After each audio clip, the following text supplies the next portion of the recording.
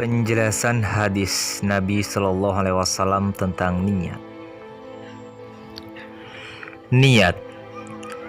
An Amiril Mu'minin Abi Hafsin Umar bin Al-Khattab radhiyallahu anhu qala sami'tu Rasulullah sallallahu alaihi wasallam yaqul innamal a'malu binniyat wa innama likulli imri'in ma nawa faman kanat hijratuhu ila Allahi wa rasulih fahijratuhu ila Allahi wa rasulih wa man kanat hijratuhu lidunya yusibuha aw imra'atin yankihuha fahijratuhu ila ma hajara ilaih. Saya mendengar Rasulullah Shallallahu Alaihi Wasallam bersabda, sesungguhnya setiap perbuatan tergantung pada niatnya, dan sesungguhnya setiap orang akan dibalas berdasarkan apa yang dia niatkan. Siapa yang hijrahnya karena ingin mendapatkan keridhaan Allah dan Rasul-Nya, maka hijrahnya kepada keridhaan Allah dan Rasul-Nya. Dan siapa yang hijrahnya karena menginginkan kehidupan yang layak di dunia atau karena wanita yang ingin dinikahinya, maka hijrahnya akan bernilai sebagaimana yang dia niatkan.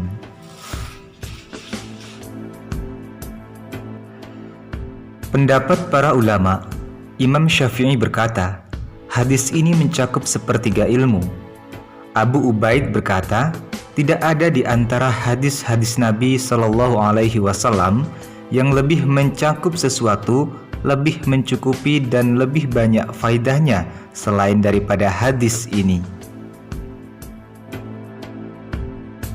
Kenapa bisa dikatakan sepertiga ilmu? Karena sesungguhnya perbuatan seorang hamba ada kalanya dari hatinya, lisannya dan anggota tubuhnya. Maka niat merupakan salah satu dari tiga bagian tersebut dan lebih kuat karena niat terkadang menjadi ibadah yang tersendiri, sedangkan selainnya butuh terhadap niat. Oleh karenanya adalah hadis yang mengatakan niat seorang mukmin lebih baik daripada amalannya. Asbabul wurud hadis ini. Ketika Rasul Shallallahu Alaihi Wasallam tiba di Madinah untuk hijrah, beliau berkhutbah dengan hadis tersebut. Karena beliau mengetahui ada seorang sahabat yang melakukan hijrah untuk menikahi seorang wanita yang bernama Muhajir Ummu Qais. Maka Nabi Shallallahu Alaihi Wasallam mengingatkannya dan semua sahabatnya akan pentingnya niat dalam berhijrah. Ada banyak faidah dan hikmah yang bisa diambil dalam hadis tersebut, yang diantaranya adalah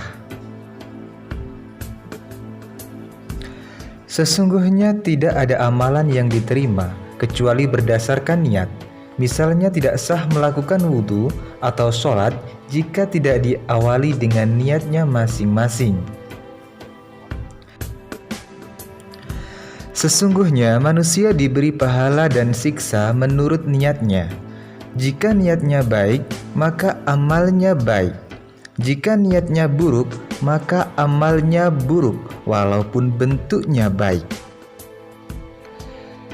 Segala perbuatan manusia terdiri dari tiga bagian, yaitu ketaatan, kemaksiatan, dan perkara mubah.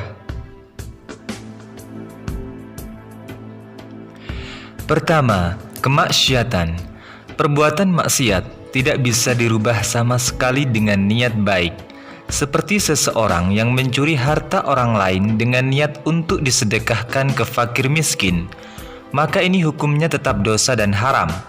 Atau membangun masjid dengan biaya dari hasil riba atau berangkat haji dengan biaya hasil korupsi, maka ini semua hukumnya haram dan berdosa, karena itu perbuatan maksiat dan tidak bisa dirubah dengan niat baik. Kedua, ketaatan. Segala perbuatan taat berkaitan dengan niat di dalam keabsahan dan kelipatan pahalanya.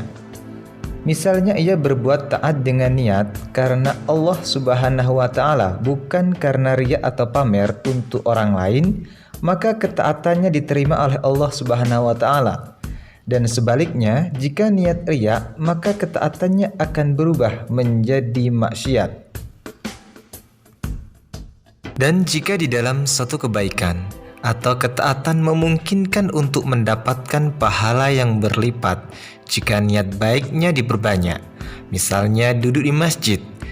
Dari duduk di masjid ini, kita bisa memperoleh pahala yang banyak dan berlipat dengan niat.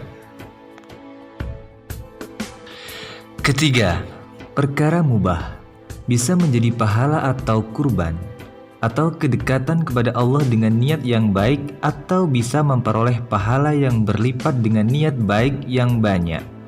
Misalnya makan, ini adalah hal mubah dan bisa mendapat pahala dengannya jika diniatkan dengan niat yang baik. Misalnya melaksanakan perintah Allah Subhanahu wa taala dan supaya kuat dalam melaksanakan ibadah.